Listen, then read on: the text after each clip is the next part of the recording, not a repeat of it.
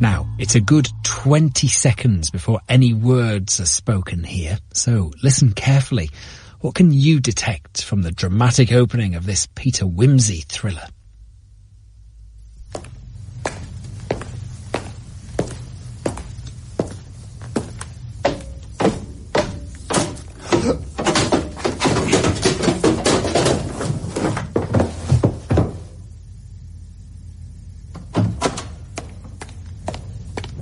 It's young Dean. What's the matter? What's happening? Oh, it's Victor Dean. I think he's not happy about the headline. Flush your kidneys with fizzlets. It's not quite right, somehow. And then after you've done that, Miss Rossiter, I'd like you to make sure the Laxamalt campaign is well in hand. Last month's advertisements were half a day late. Yes, Mr. Hankin.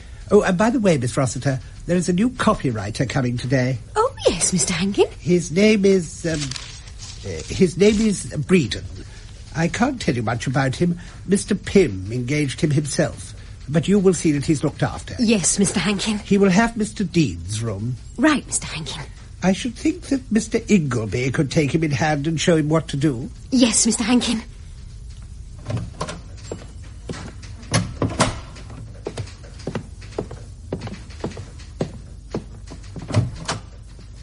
Excuse me, Mr. Ingleby, but Mr. Hankin says... If it's Tomboy Toffee, it's being typed. It isn't Tomboy. It's a new copywriter. What, already? Before those shoes were old? Why, they only buried little Dean on Friday. All part of the modern system of push and go, Miss Meatyard.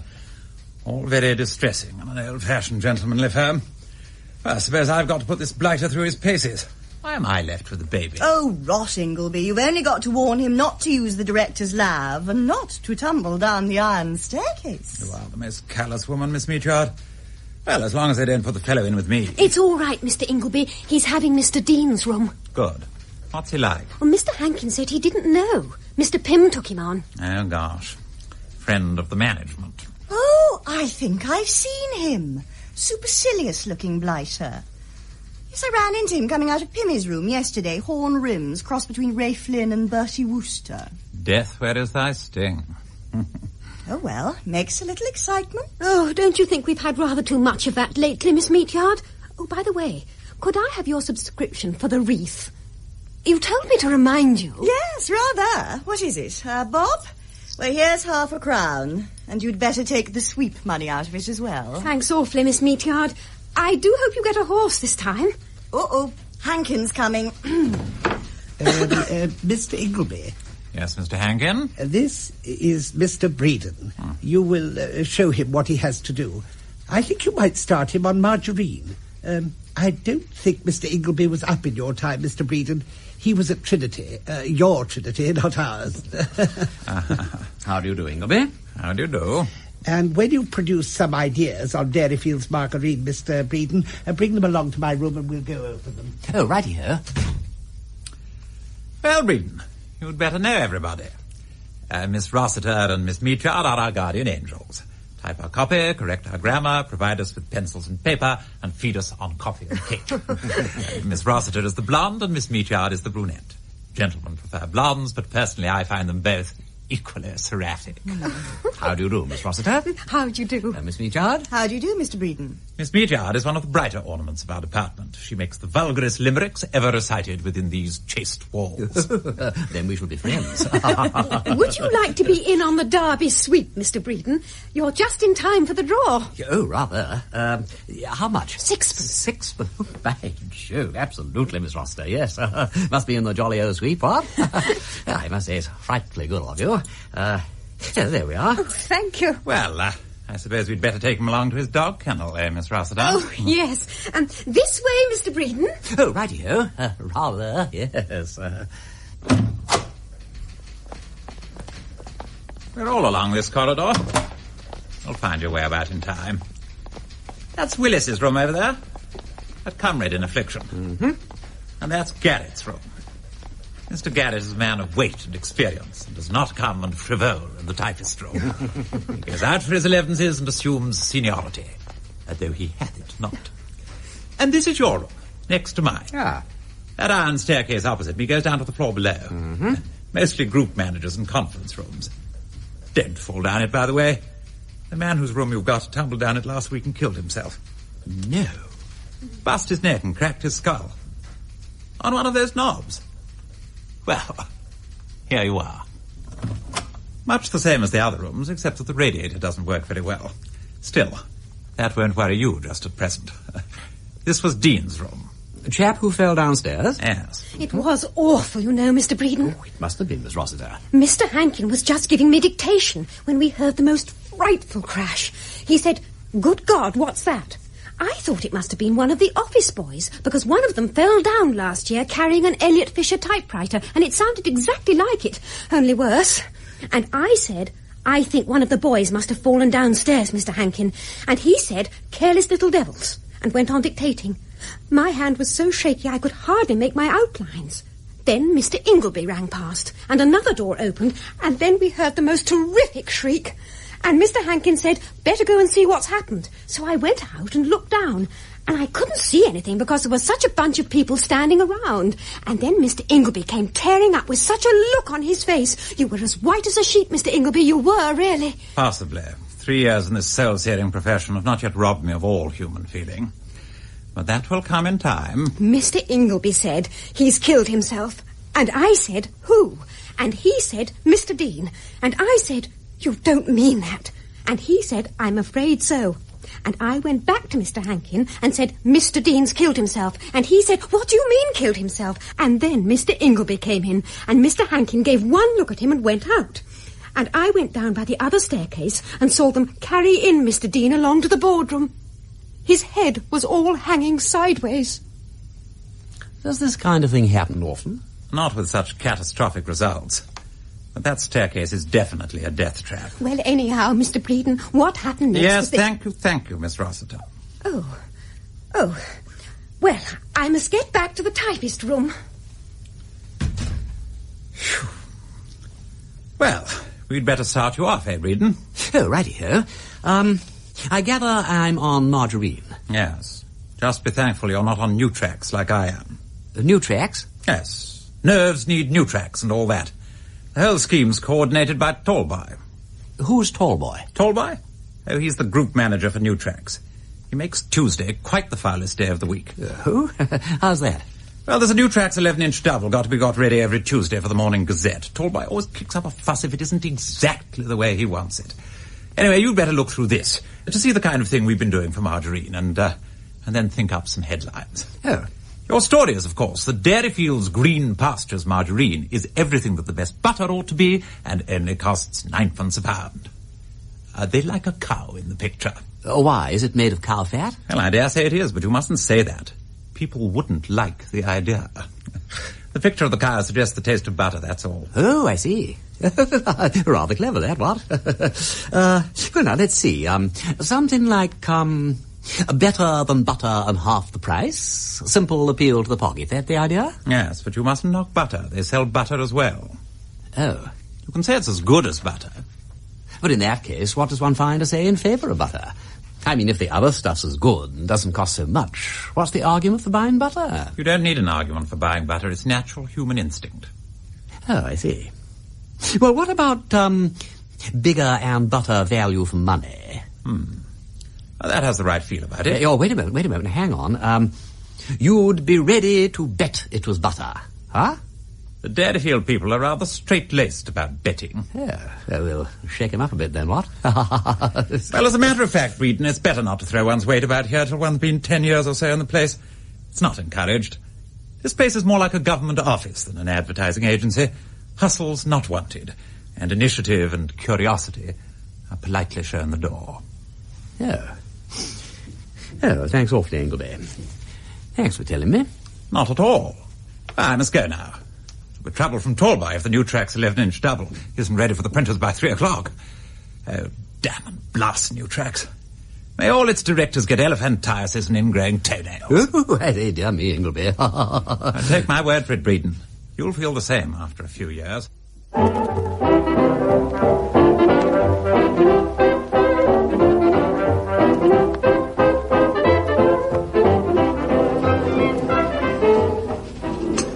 Have another chocolate eclair, Miss Rossiter. Thank you, Miss Meatyard. I don't think I shall.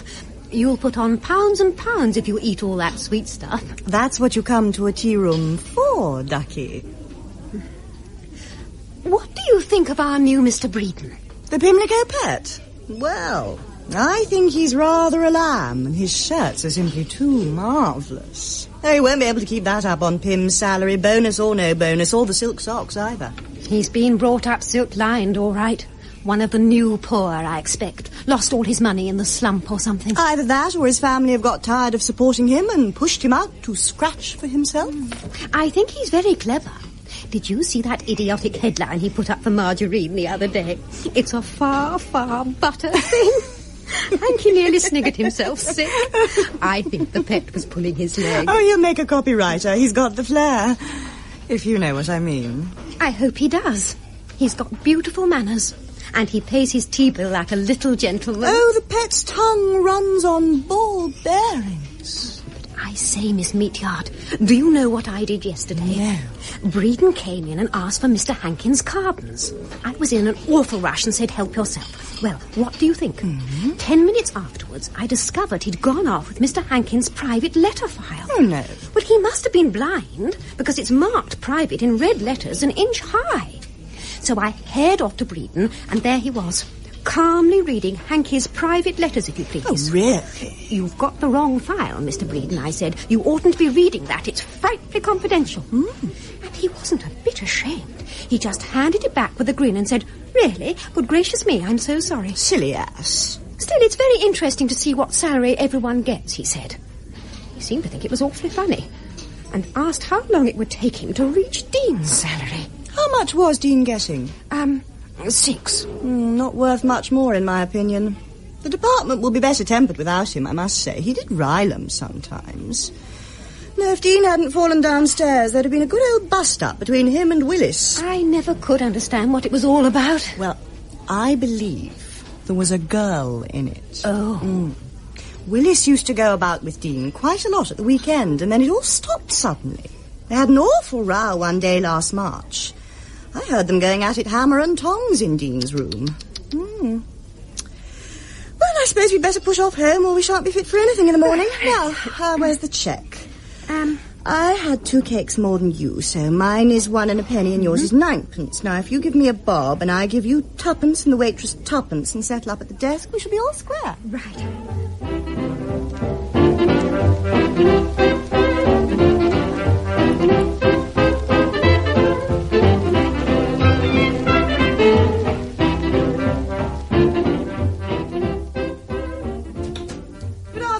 Breeden, got an India rubber handy? Good afternoon, Miss Meachard. I expect so, yes. Have a look at that pencil drawer.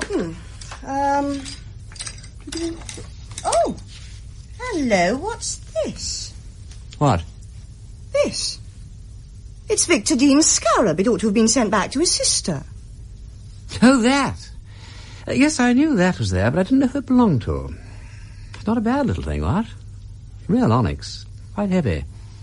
Of course, it's not Egyptian. It's not even very old. Probably not, but Dean adored it. He thought it was a surefire musket.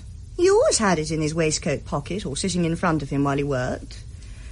If he'd had it on him that day, he wouldn't have tumbled downstairs. At least that's what he'd have said himself. It's chipped at the edge here, look. What sort of a chap was Dean? Well, speaking ill of the dead and all that, but... Well, I wasn't exactly keen on him. I thought he was a rather unwholesome little beast. In what way? For one thing, I didn't like the people he went about with. He used to tag around with that Diane de Montgomery set. You know, wicked parties and fast cars and all that. Dean thought it was the smart thing to do, I suppose. How old did you say he was? Oh, 26 or 27. How did he come to be here? Usual thing. Needed cash, I suppose. You can't lead a gay life on nothing, and he wasn't anybody, you know. I mean, his father was a bank manager or something, deceased. So I suppose he had to push out and earn his keep. He knew how to look after himself, all right. Then how did he get in with the de Montgomery lot? Somebody picked him up, I should think. He had a certain kind of good looks. How you came to be here, Mr. Breeden, is a good deal more interesting than how Victor Dean came here. They start new copywriters without experience at £4 a week. About enough to pay for a pair of your shoes. And now I'd better get back to Tomboy Toffee.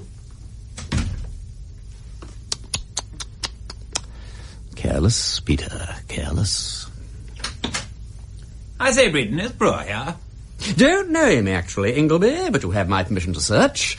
The priest's hole and the concealed staircase are at your service. Brewer, you know Brewer's Dictionary of Phrase and what's it? Anyway, how do you spell Cronon Hodentalagos? Oh, I can spell that. And Aldiborno Tofosco Fornio, too. The crossword? No, headline for good judges' tobacco. Isn't it hot? Now I suppose we're going to have a week's dust and hammering. Why? The fiat has gone forth. The iron staircase in the corridor is condemned. Who by? The board. Oh, Rod, they mustn't do that. What do you mean? Admission of liability, ain't it? And about time, too. Well, I suppose so, but, You look quite startled. I was beginning to think you had some sort of personal feeling in the matter. Oh, good Lord, no, why should I? No, just a matter of principle, that's all. Except that the staircase does seem to have had its uses in eliminating the unfit. I gather that the late Victor Dean was not universally beloved. I don't know. I never saw much harm in him. Of course, the Meachard woman loathed him. Why? Well, she's a decent sort of female, but she makes no allowances. My motto is live and let live. But protect your own interests. How are you getting on with Margarine? Haven't touched it yet, actually. I've been trying to get out a name for 20-minute shilling tea. As far as I can make out from Hankin, it has no qualities except cheapness to recommend it. The name, however, must suggest solid wealth and respectability. Why not call it Domestic Blend? Nothing could sound more reliable. And obviously nothing could suggest so much dreary economy. Oh, I say, what ho. Oh, that absolutely wangs the nail over the crumpet. Absolutely the caterpillar's boots, Rod. Well, I'll put it to him and I'll see what he says. Oh dear, I've had too much lunch. I don't think anybody ought to work at 2:30 in the afternoon. It's unnatural. Everything's unnatural in this job. Oh, my God, here's someone with something on a tray. Go away, young woman, go away. I'm sorry, but Mr. Hankin says, will you please taste these samples of porridge and report upon them? My dear Miss Rossiter, look at the time. I know. Awful, isn't it? They're trying out tinned porridge. What do we have to suffer in the service of the public? Well, perhaps I can help, Miss Rossiter. Oh. Put it down. Now then. Take this down while it's fresh in my mind. Vintage A. Fine, full-bodied, sweet, nutty flavour, fully matured. A grand masculine porridge. Vintage B. Extra sick, refined, delicate character, requiring only... Oh, Mr. Breeden. Tell me, timeless houri, what was wrong with my lamented predecessor? Why did Miss Meachard hate him, and why does Ingleby praise him with faint damns? Why? Because he didn't play fair. He was always snooping round other people's rooms, picking up their ideas and showing them up as his own. Oh, really? Oh, I see. Ever met Dean's sister? Pamela Dean? She's something to do with Silkenette hosiery, isn't she? Is she? She and Victor Dean ran a little flat together. She was as smart as paint, but rather silly, I thought, the only time I saw her. Not impressed, eh? No, but I've an idea our Mr. Willis was a bit smitten in that direction at one time. But it didn't seem to come to anything. Oh, I see. Of course, it wouldn't do to mention it to Mr. Willis. I think he's a bit sensitive about it. Oh, quite. It's so easy to put one's foot in it in a new place, ain't it? Look, Breeden, I really wish you'd mind your own business. I don't wish to discuss Dean with you or with anybody else. Is that clear? Well, I'm sorry, Willis. Didn't mean to upset you. If you're on Dean's game, you better clear out. I'm not interested. What was Dean's game? I didn't know him. Never heard of him till I came to Pym's publicity. If you didn't know Dean, why bring him up? He went about with a gang of people I didn't care for, that's all. And from the look of you, I should have said you belonged to the same bright crowd. The de Montgomery crowd? Oh, it's not much use you're pretending you don't know all about it, is it, Breeden? Ingleby told me Dean was a hanger-on at that particular bunch of bright young people. I've never met any of them. They think me terribly ancient, they would, really. Besides, I don't think that they're very nice to know. Some of them are really naughty, you know. Did Mr. Pym know that Dean was a bright young thing? I shouldn't think so, or he'd have buzzed him out double quick. What business is Dean of yours, anyway? Oh, absolutely none. None whatever. I just wondered about him, that's all. He seems to have been a sort of misfit here, not quite imbued with the Pym spirit, if you see what I mean. No, he wasn't. And if you take my advice, you'll leave Dean and his precious friends alone, or you won't make yourself too popular. The best thing Dean ever did was to fall down that staircase. Nothing in life became him like the leaving of it, what? But he seems a bit harsh all the same. Somebody must have loved him. For he must be somebody's son, as the dear old song says. Had he any family? There's a sister, at least, isn't there? What the devil do you want to know about his sister? I don't. I just asked, that's all. Well, I think I better toddle off. I've enjoyed this little talk.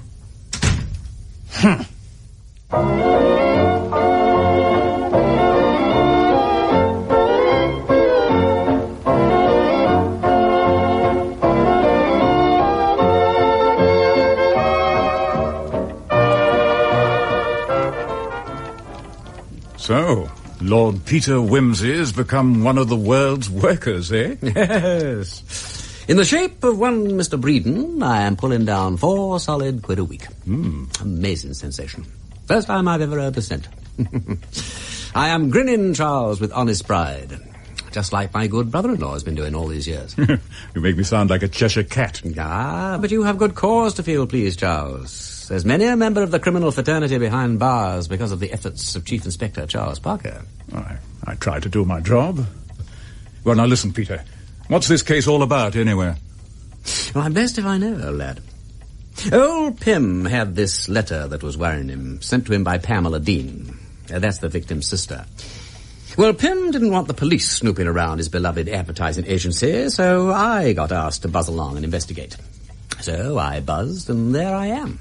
Strictly incognito. Your narrative style, though racy, is a little elliptical. Well, now look, Charles.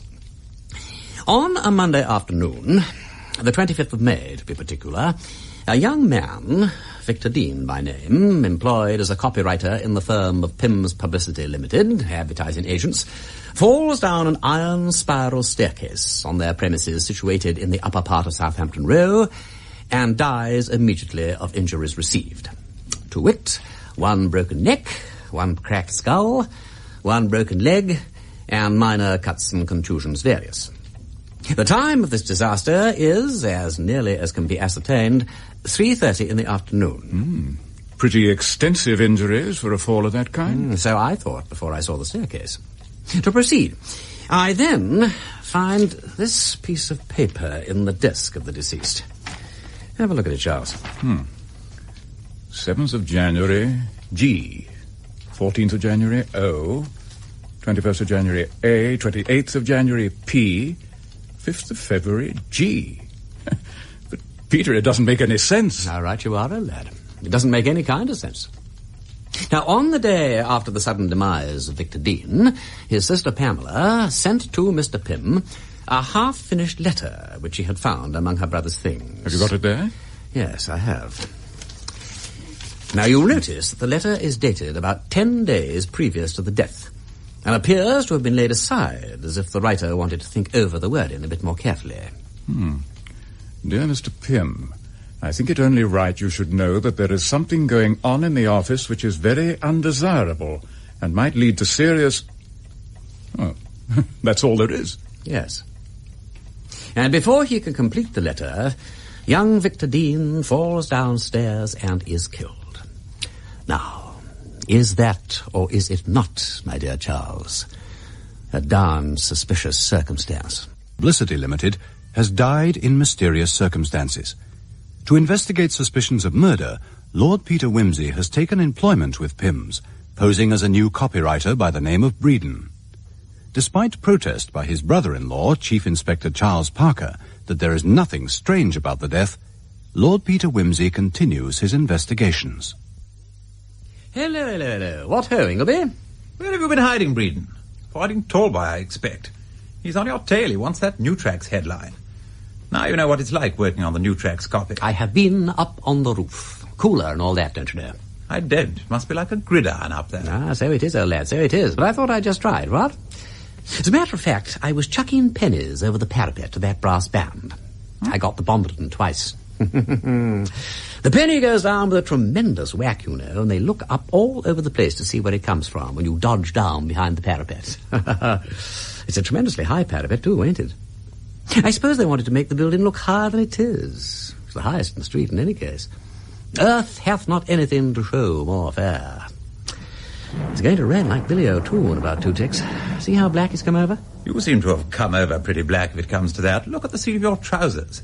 You do want a lot, Ingleby. It's a bit sooty up there, that's all. I was sitting on the skylight.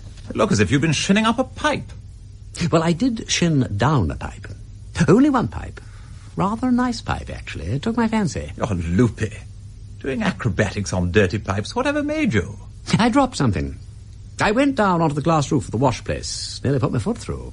Oh, wouldn't old Hankin have been surprised if I'd tumbled into the wash basin on top of him. I then found I needn't have gone down by the pipe after all. I came back by the staircase. The roof door was open on both floors. Yes, they generally keep them open in hot weather. Well, I wish I'd known. You know, if you keep on like this, it's you who'll need to be nourishing your nerves with Nutrax. And by the way, is that Nutrax half double ready yet? You do realize it's Tuesday.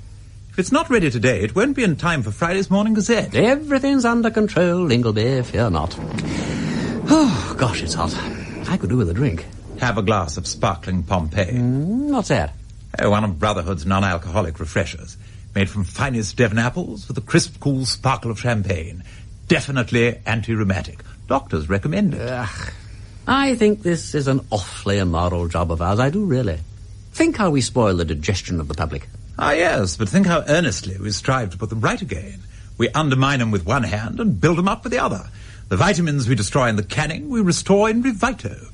The roughage we remove from Peabody's Piper Parriage, we make up into a package and market as Bunbury's breakfast brand. The stomachs we ruin with Pompeii, we reline with Peplitz to aid digestion. And by forcing the damn fool public to pay twice over, once to have its food emasculated and once to have the vitality put back again, we keep the wheels of commerce turning and give employment to thousands, including you and me.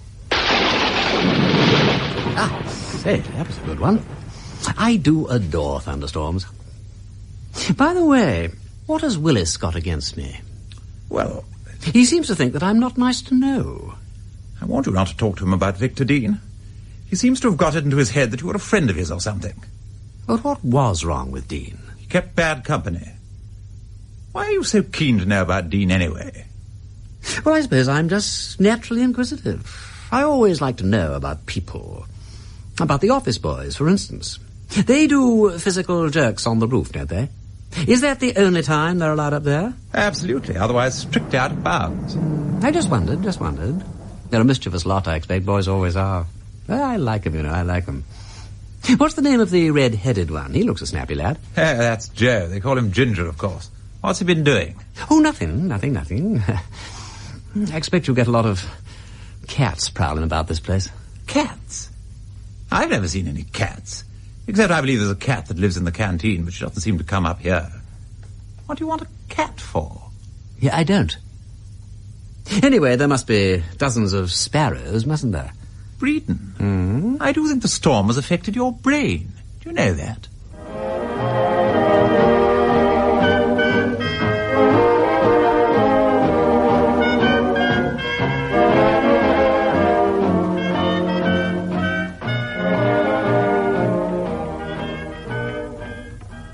But what I want to know is, Peter, who saw him die? I, said the fly. Meaning those who saw the fall from below and those who saw it from above. Their evidence is interesting. Some say that the staircase was well lit and that the deceased was not going extra fast, while others say that he fell all of a heap, forwards, clutching the Times Atlas in so fierce a grip that it could hardly be prized from his fingers. Now, what does that suggest you, Charles? Only that the death was instantaneous, which it would be if one broke one's neck. I know that, but look here.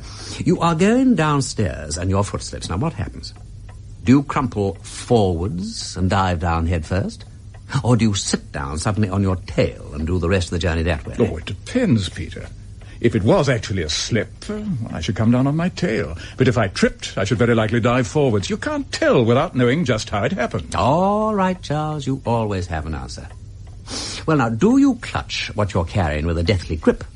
Or do you chuck it and try to save yourself by grabbing hold of the banisters?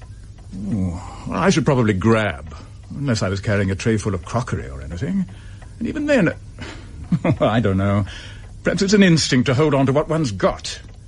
But equally, it's an instinct to try to save oneself. All this arguing about what you and I would do and what the reasonable man would do is very unsatisfactory. Put it this way, Doubting Thomas. If the death grip was due to instantaneous rigor, he must have been dead so quickly that he couldn't think of saving himself. Now, there are two possible causes of death. The broken neck, which he must have got when he pitched on his head at the bottom, and the crack on the temple, which is attributed to his hitting his skull on one of the knobs of the banisters. Now, falling down a staircase isn't like falling off a roof. You do it in installments and have time to think about it. If he was killed by hitting the banisters, he must have fallen first and hit himself afterwards. The same thing applies with still more force to his breaking his neck.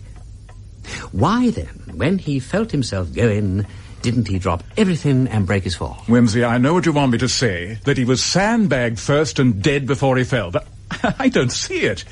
I say he would have caught his toe in something and tripped forwards and struck his head straight away and died of that. Well, there's nothing impossible about that. Then I will try again. How is this?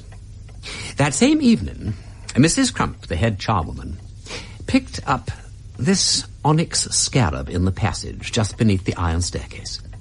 It has, as you also see, a slight chip on one side. It belonged to the dead man, who was accustomed to carrying it in his waistcoat pocket or keep it sitting on his desk beside him while he worked. Now, what about that? I should say it fell from his pocket when he fell. And the chip in it? It was probably there before. It wasn't. Pamela told me it wasn't. Pamela? Pamela Dean, Victor Dean's sister. Oh, yes. Then the scarab got chipped in falling. You think that? I do. I think you were meant to think that. To continue, some few days earlier, the same dear woman found a smooth pebble of much the same size as the scarab lying in the same passage at the foot of the same iron staircase. Did she? Will you care for a scotch, Peter? Yeah, thank you, yeah. What's more, this other pebble, which I here produce, was found by me on the roof of the lavatory.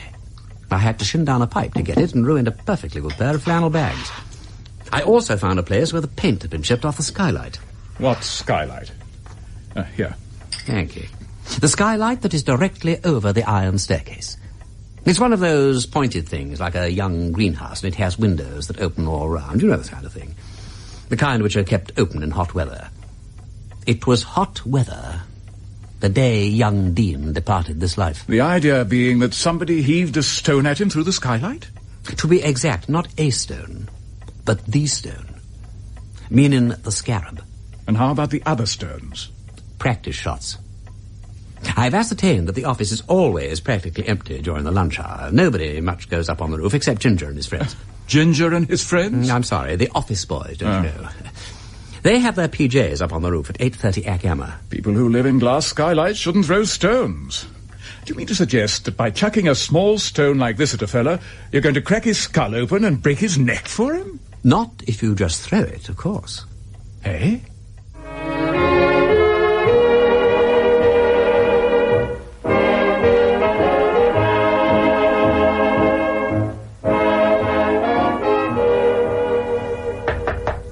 Come in. Ah, Ginger. You wanted to see me, Mr. Breeden, sir? Yes, Ginger, I did. Come in and close the door, earlier, would you? Oh, yes. Sorry, sir. Ginger, is this your catapult? Oh, yes, it is, sir. It's a good one. Make it yourself? Yes, sir. Good shot with it? Pretty fair, sir. Like to have it back? Yes, please, sir. Did you get it from... Ah, that is my business, Ginger. I gather it was confiscated. Well, we ain't supposed to carry them sort of things in our uniform pockets, sir. But I got caught, like, and it was confiscated. Confiscated? Yes. How long ago was it confiscated? Bit over a month it would be, sir. About the middle of May. And you've never laid hands on it since? No, sir. Have you any other catapult? No, sir. Did you ever shoot with this or any other catapult on the roof? On the roof of the office, sir? Yes. No, sir. Or anybody else that you know of? No, sir. Are you absolutely sure? Nobody that I know of, sir. All right. What was that book I saw you reading yesterday, Ginger? The Clue of the Crimson Star, sir. About Sexton Blake. He's a detective, you know, sir. You like detective stories, Ginger? Oh, yes, sir. I read a lot of them. I'm going to be a detective one day, sir. Well, the first thing a detective has to learn to do is to keep his mouth shut. You know that. Yes, sir. If I show you something now, Ginger, can you keep quiet about it? Oh, yes, sir. Right. Now we will see whether your catapult can tell us anything about its adventures since it left your hands. Cool. You going to test the catapult for prints? I am. Is that why you're holding it all wrapped up in that handkerchief, then? So as not to put your own prints on it? Quite correct, Ginger. Now, with the aid of some powder and an insufflator, it'll be interesting to see if we find any prints. And still more interesting if we find none. Not a single print. Ginger, what do you, as a detective, deduce from that? Somebody must have wiped it clean, sir. And why should anyone do that? So that the police couldn't fix nothing on them, sir. The police, eh? Well, sir, the police, or a detective, or somebody like as it might be yourself, sir. I can find no fault with that deduction, Ginger. Can you go further and say why this unknown catapult artist should have gone to all that trouble? No, sir. Oh, come. Well, sir, it ain't as though he stole it. And besides, it ain't worth nothing. No. Then it looks as though somebody has borrowed it if he didn't steal it. Now, who could do that? I don't know, sir. Do you realize, Ginger, that a thing like this might easily kill anybody if it happened to catch him in just the right spot? Kill anybody? Would it, sir? Well, I wouldn't like to try the experiment. You're quite sure, Sonny, that nobody you know of was larking about with this catapult the day that Mr. Dean fell downstairs? No, sir. Wish I may die, sir. I never seen nothing of that. You don't think somebody catapulted Mr. Dean, sir? Detectives never think anything, Ginger. They collect facts and make deductions. God forgive me. Can you remember who might have happened to be standing round or passing by when Mrs. Johnson took that catapult from you and put it on her desk? I couldn't say right off, sir. I never saw her put it away. Excuse me, sir. Are you from Scotland Yard, sir? No, Ginger. No, I'm not from Scotland Yard. Well, thank you for your help, Ginger. And mum's the word, remember? Wild horses, sir. Wild horses. Breeden here, as in summertime on. Oh, excuse me, Mr. Breeden, sir. Yes? There's a Miss Pamela Dean to see you, Mr. Breeden. May I speak to her, please? Hello, Mr. Breeden. Pamela Dean here. I got your letter this morning. Shall I come up? No, don't do that. You oughtn't to have come here, you know. It's a little indiscreet, but, well, how about honouring me by taking in a spot of luncheon, me, what? Oh, yes, thank you. I'd be delighted. Splendid. I'll join you in a jiffy.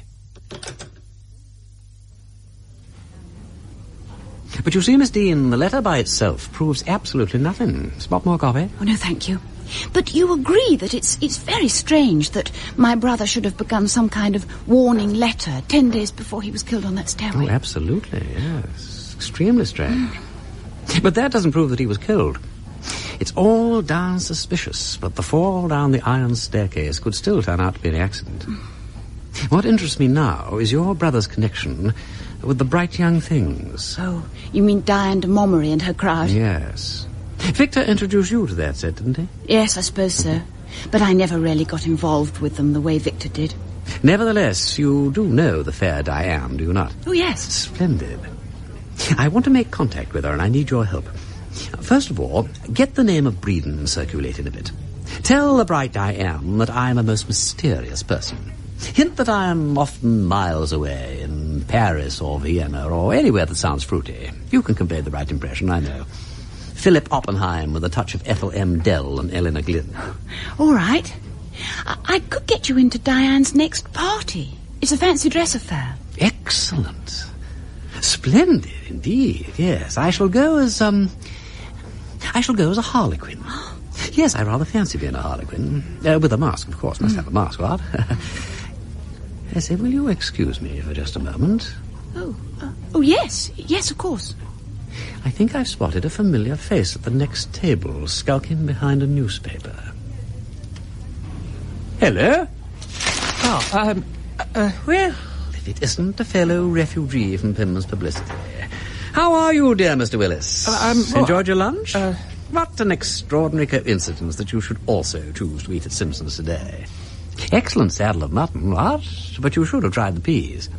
Can I give you a lift back to the treadmill? No, thanks, Breeden. Miss Dean unhappily has to leave us. Who might come and console me by holding my hand? Well, it is getting a bit late. If you're having a taxi, I'll share it with you. Ah, that's the stuff. Miss Dean, I think you know our Mr. Willis. Oh, yes. Victor and he were great friends at one time. I must be getting along now. Thank you so much for my lunch, Mr. Breeden. And you won't forget. I certainly will not. It isn't likely, is it? Good afternoon, Mr. Willis. Good afternoon, Miss Dean.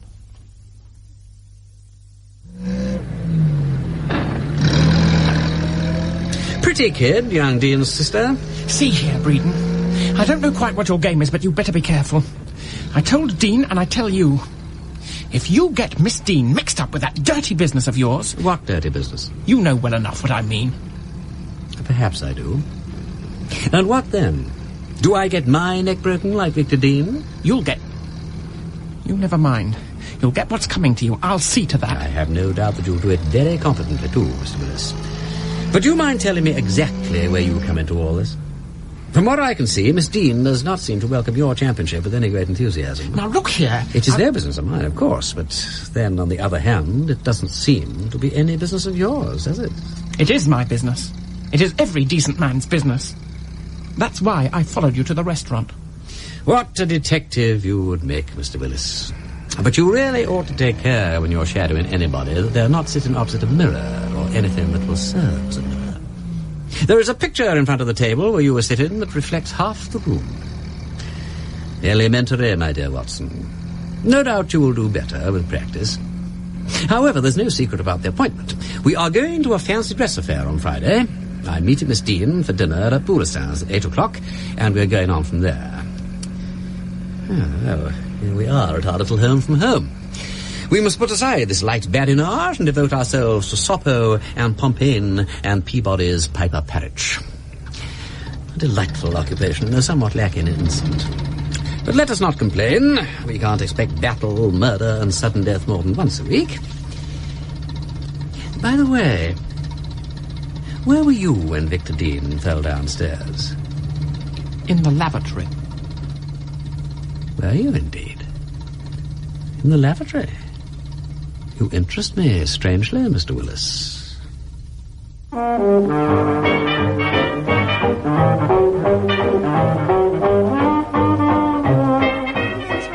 newest copywriter is perfectly potty. Potty, Miss Meatyard? How do you mean potty? Well, loopy, goofy, blah. He's always up on the roof playing with a catapult. I don't know what Mr. Hankin was able to do. Mr. Tallboy, you are the group manager. Surely you can stop members of the staff from cavorting about on the roof with catapults? I'm sure I don't know what you mean, Mr. Hankin. Of course you do. Willis told me that Breeden's been ranting and raving about taking pot shots at sparrows. Do you think the man's quite stable? Yes. I mean, his work is very promising, isn't it? Yes. His work on the whole is more promising than his behaviour. I tell you, Ingleby, I'm fed up with Breeden. If he's not poking his nose into other people's affairs, he's playing silly games with catapults. Even Garrett's been gossiping about it, and you know how little interest he takes in the world about him. Curious chap, Breeden. Nice enough to talk to and all that. His brain does get softer in this hot weather. Well, Miss Meatyard, I said to him, Mr. Breeden, how can we expect the office boys to obey the rules? When he's clowning around with a catapult himself. Absolutely. I mean, if this were to reach Pym, well, he'd have every right to be angry, wouldn't he? After all, Miss Meatyard, if you're a copywriter, you're a copywriter, and the job does carry with it a certain status. And if a person's not prepared...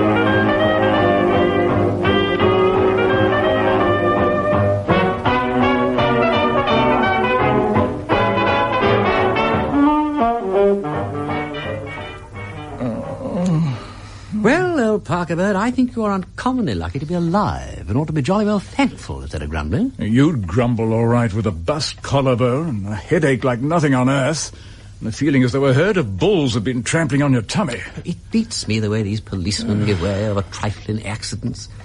In the Sexton Blake book that my friend Ginger Joe has just lent me, the great detective, after being stunned with a piece of lead piping and trussed up for 6 hours, is taken by boat on a stormy night to a remote house on the coast and flung down a flight of stone steps into a cellar. At the 59th minute of the 11th hour, he is most fortunately rescued, and pausing only to swallow a few ham sandwiches and a cup of coffee, instantly joins in a prolonged pursuit of the murderers by aeroplane, during which he has to walk out along the wing and grapple with the fellow who has just landed on it with a rope. And here is my own brother-in-law, giving way to bad temper and bandages because some 3x4 crook has slugged him on his own comfortable staircase. I'm trying to think who it could have been. It wasn't a burglar or anything like that. It was a deliberate attempt at murder. The light bulb had been put out of action beforehand, and he'd been hiding for some hours behind the coal bunker. You can see the marks of his feet. He wasn't obliging enough to leave anything behind to identify him except a Woolworth pencil. Oh, he left a pencil, did he? Yes, one of those pocket-propelling things. I've tried it for fingerprints, but you can't get much. Sure. Here. Oh, yes, and there was a letter for you. You know, in that postbox we rigged up here so you didn't have to give your own address to Pym's publicity. A letter? Damn, I can't find it. I distinctly remember putting it in my jacket pocket. I know it was there. One of those fancy, long-shaped mauve envelopes with gilt edges, and a lady's fist, rather sprawling. It's gone, has it? That's very remarkable. So it must have been somebody who knew I'd taken a flat above yours, pro tem. And what's more, Charles, this ain't a Woolworth's pencil. It's one of Darling's. Same thing. Anyone might carry one of them. Not so. This is where my expert knowledge comes in. Darlings don't sell these pencils, they give them away. Anybody buying more than a pound worth of goods gets a pencil as a good conduct prize. You observe that it carries an advertising slogan. It isn't dear, it's Darlings. One of Pym's best efforts, by the way. Well, that's very helpful, Peter. It ought to be easy to identify a criminal who's bought a pound's worth of goods at Darlings within the last 6 months or so. Wait a bit. This pencil, a natty scarlet, as you will observe, didn't come from any of Darling's branches, because it's not on the market yet. Ergo, there are only 3 places it could have come from. 1 from the pencil manufacturers, 2 from Darling's head office, and 3 from our place. Do you mean Pym's? I do. Darling's obligingly presented us with half a gross of them to try out. Good Lord. I think it is highly unlikely that you have a deadly enemy at the pencil manufacturers or at Darling's head office. It seems to me much more likely that the gentleman with the cosh, or knuckle duster, or sandbag, or lead piping, in short, the blunt instrument, came from Pym's, guided by your address, which, with your usual amiability, you kindly allowed me to give as mine. Observing my name neatly inscribed on the letterbox of flat 4, he mounted confidently on... Well, I'm dashed. Do you mean to say it's really you who ought to be lying here, mangled and bruised? I think so, Charles. I certainly do think so. Particularly as the assailant seems to have walked off with my private correspondence. I know who, or to be more grammatical, whom their letter was from, by the way. Oh, yes. Whom? From Pamela Dean, to be sure. I recognize your description of the envelope.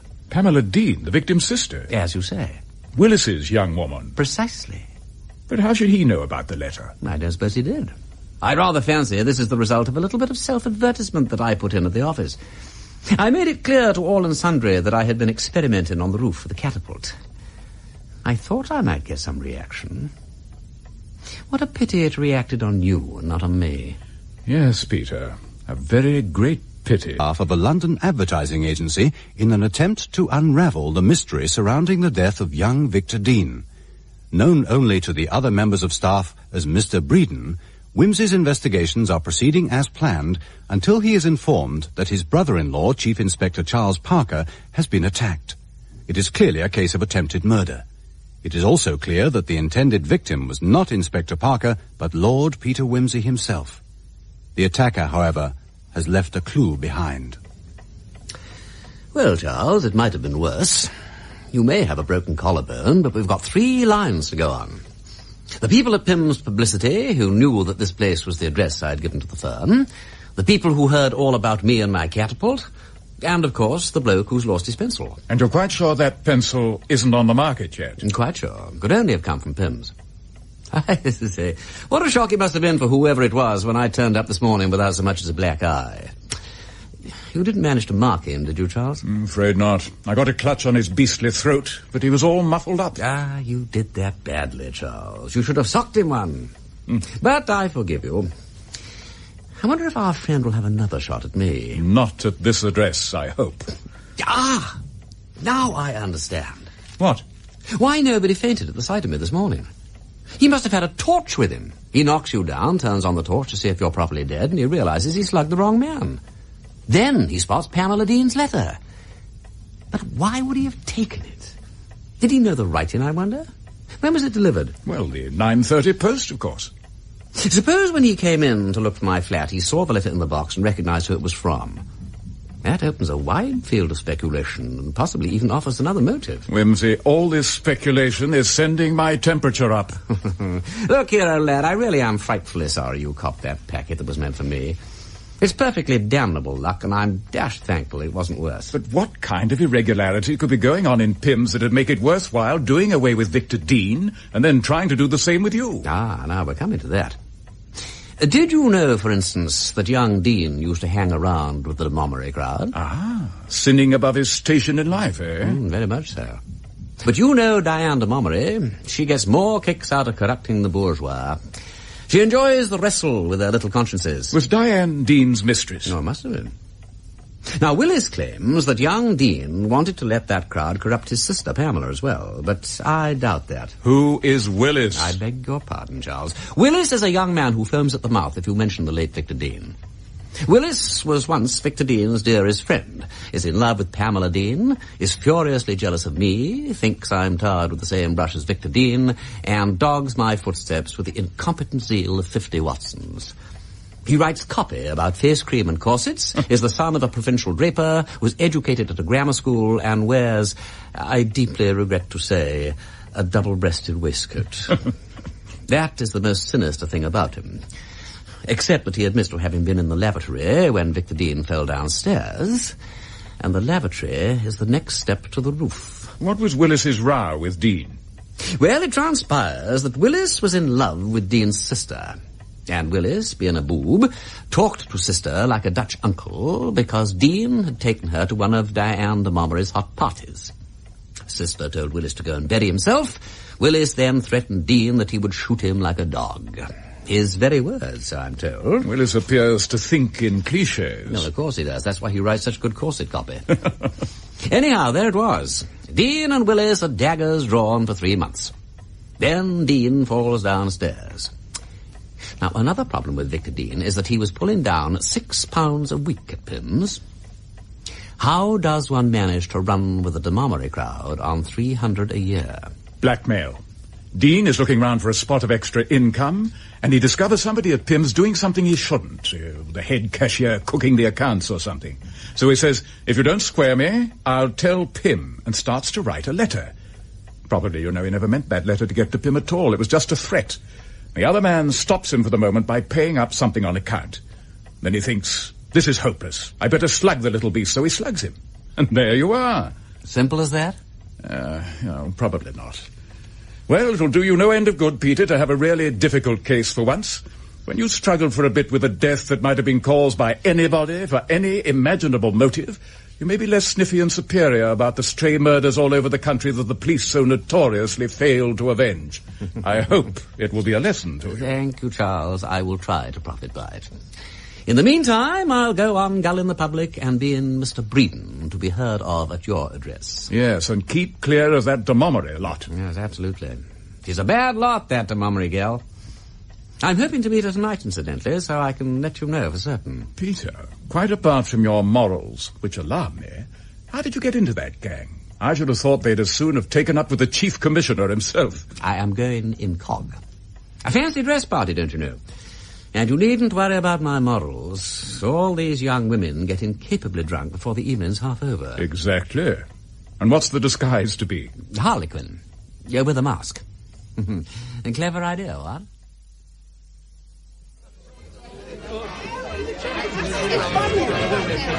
Dime! Dive in! I dare you to! Dive in! I say, who is that fellow in the Harlequin costume? Not a clue, old boy. But if he dives off that fountain, he's a goner. Gosh! Do you really think he's going to do it? Dive, Harlequin! Dive! Oh, shut up, Diane. It's too shallow. He'll break his neck. You be quiet. He shall dive. I want him to. He'll go to hell. No, I said. You wouldn't dare do it, but he will. Come on, Harlequin! Dive!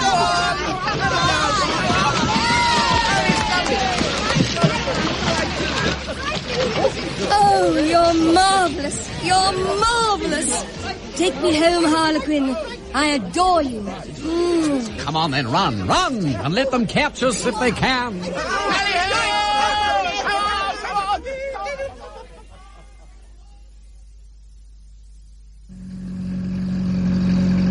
Harlequin, what do you behave like an idiot for? Diving into fountains. My dear Mr. Mummery, one must be different. I am always different. That is why, my dear young lady, I am the pursued and not the pursuer. You may say it's a cheap way of producing the effect, and so it is, but it's good enough for gin-soaked minds. On such as you, if you will pardon my saying so, subtlety would be wasted. Well, Harlequin, if that's how you feel, why did you have to whisk me away from that perfectly wild party?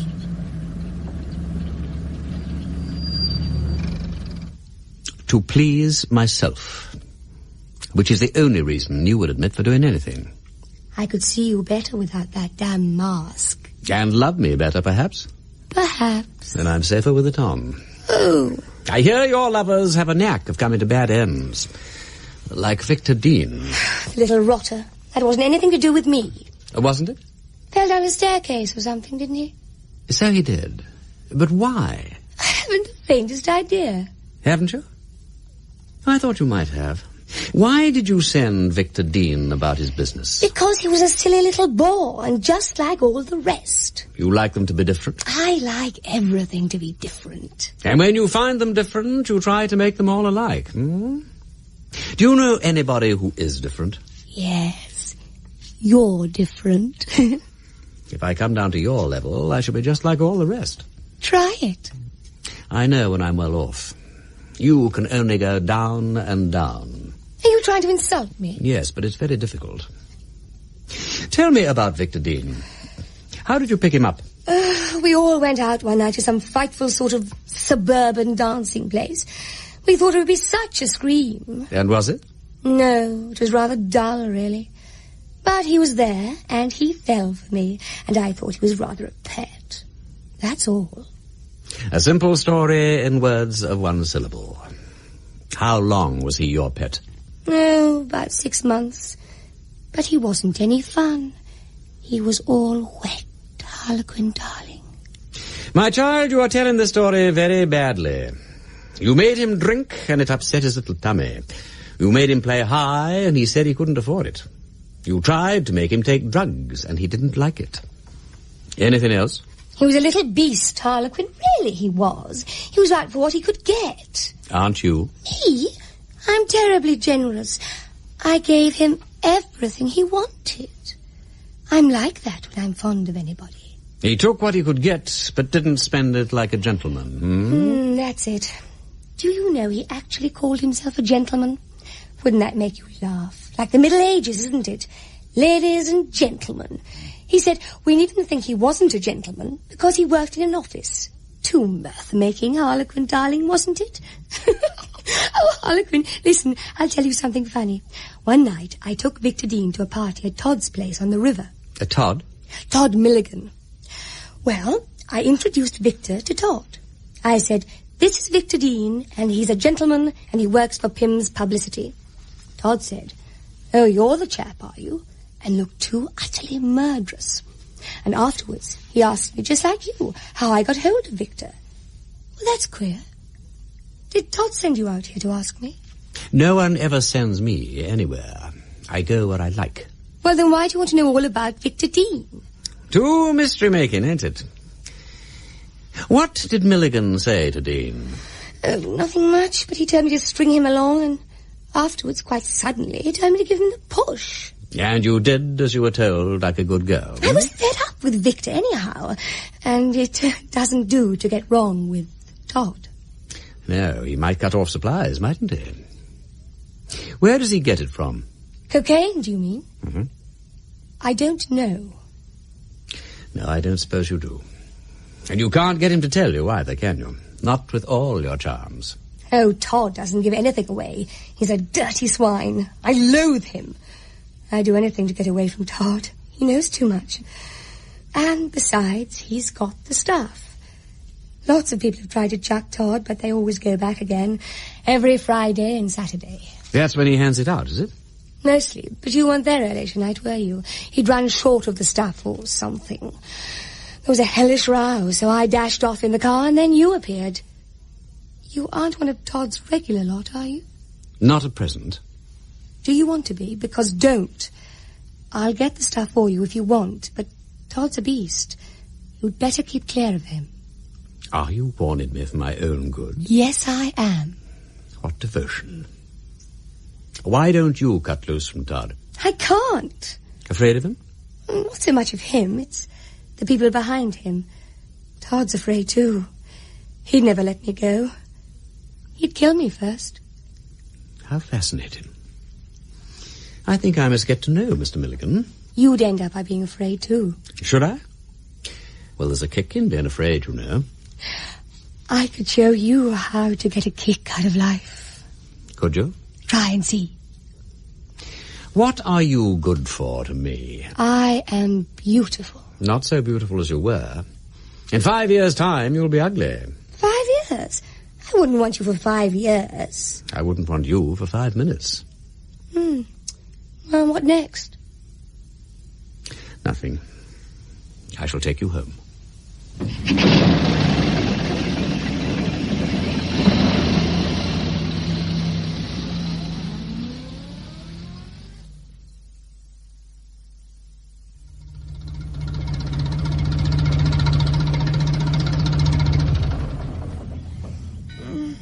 Where have we got to? What's happened? We're home. Where's your latchkey? Here. Kiss me. Take that mask off. I'll run along in. There's a policeman thinking we look rather disreputable.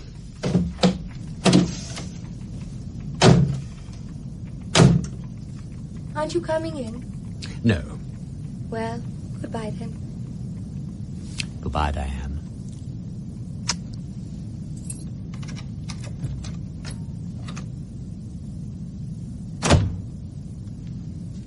Good evening, officer. Evening, sir. Moffat, you will never get promotion. If you don't know me, you should know the car. Oh, good Lord, your lordship. I beg your pardon. I didn't somehow expect to see you here. And not so much of your lordship either. Somebody might be listening. You on your beat? Just going home, sir. Yeah, jump in and I'll drive you there.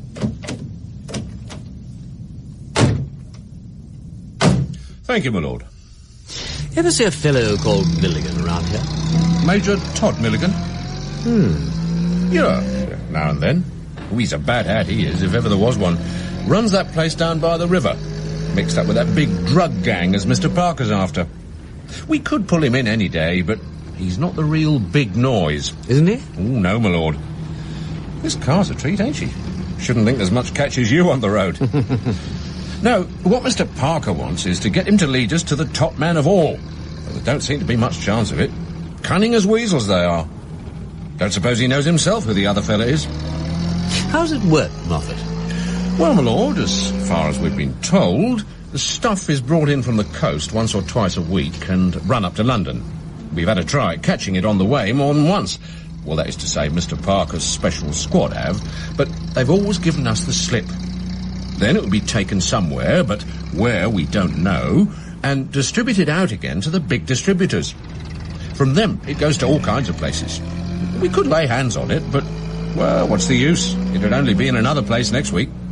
And where does Milligan come into it? Well, we think he's one of the high-up distributors, my lord. He hands it out at that house of his and other places. In the place where you found me, for instance? Well, that's one of them.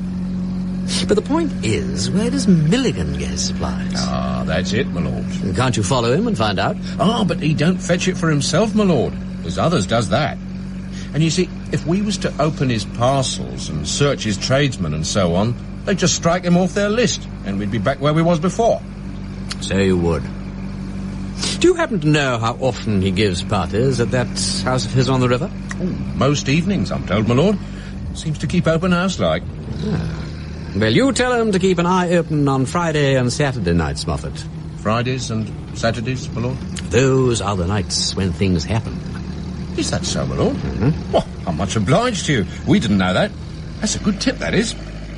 Oh, if you'll drop me at the next corner, my lord, that'll do me a treat. Mm-hmm. I'm afraid I've took your lordship out of your way. Not a bit of it, Moffat, not a bit. Very glad to have seen you. Oh, and by the way, you have not seen me. Not a question of morals, you understand, but I fancy that Major Milligan might not approve of my visiting that particular house. Oh, that's all right, my lord. Not being on duty at the time, I ain't bound to put in a report. Good night, my lord, and thank you. Good night, Moffat.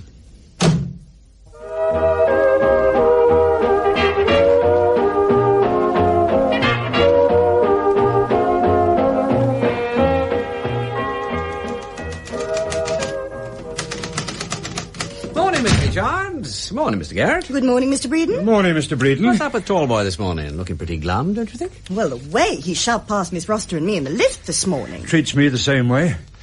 I suppose he thinks I'm not worth talking to just because he's been to a public school and I haven't. Public school? Well, first I've heard of it. What public school? Oh, he was at Dumbleton. Dumbleton?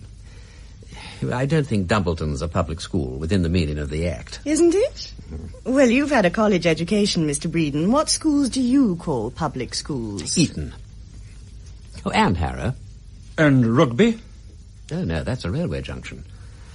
And I've heard there's a decentish sort of place at Winchester, if you're not too particular. I once met a man who'd been to Marlborough. Oh, I'm sorry to hear that. Oh, Mr. Garrett, Mr. Tallboy says, can you go and see him right away? He doesn't look too happy. Oh, dear.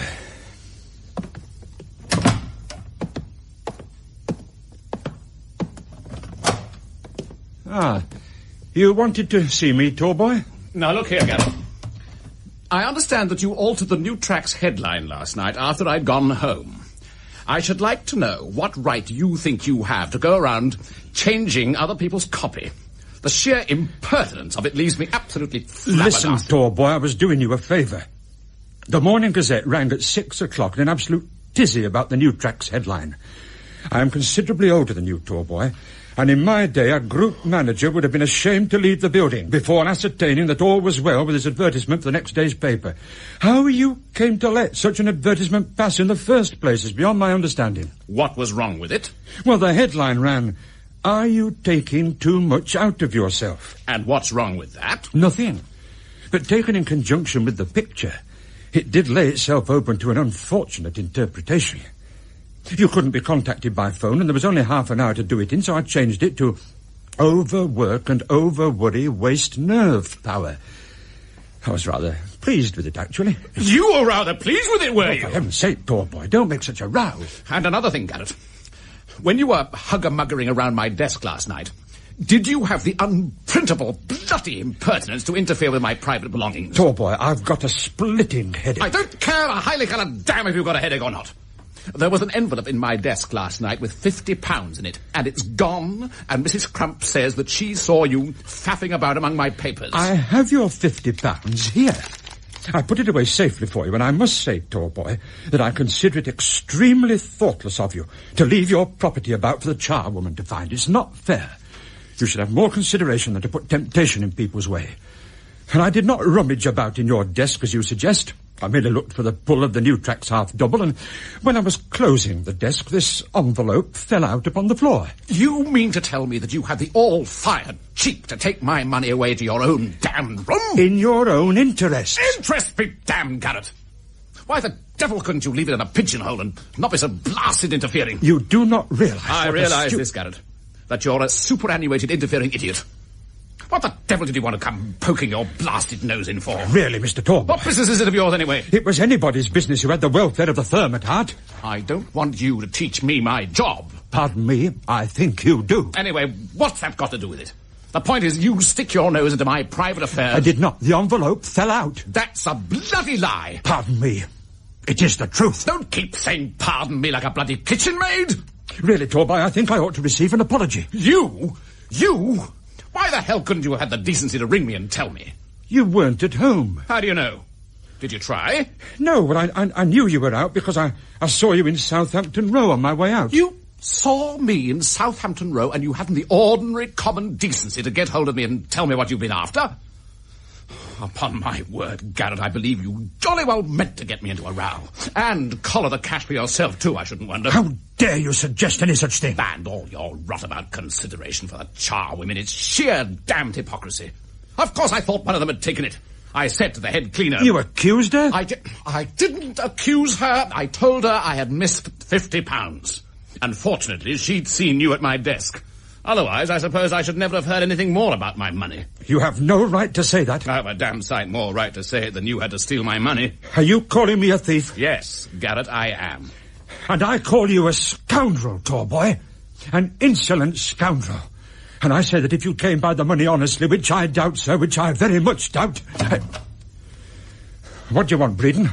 I say sorry to butt in and all that, but Hankey's compliments, and he says, would you mind talking a little more quietly? He's got a client next door.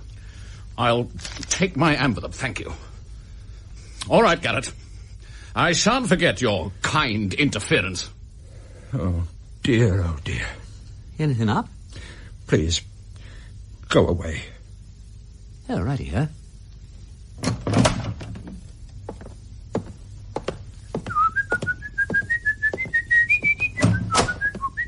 Oh, here's Mr. Breeden. Coffee, Mr. Breeden? Oh, hello. Oh, yes, please, rather. I say, have you heard the latest? Old Garrett pinched 50 quid off Tallboy. You don't say.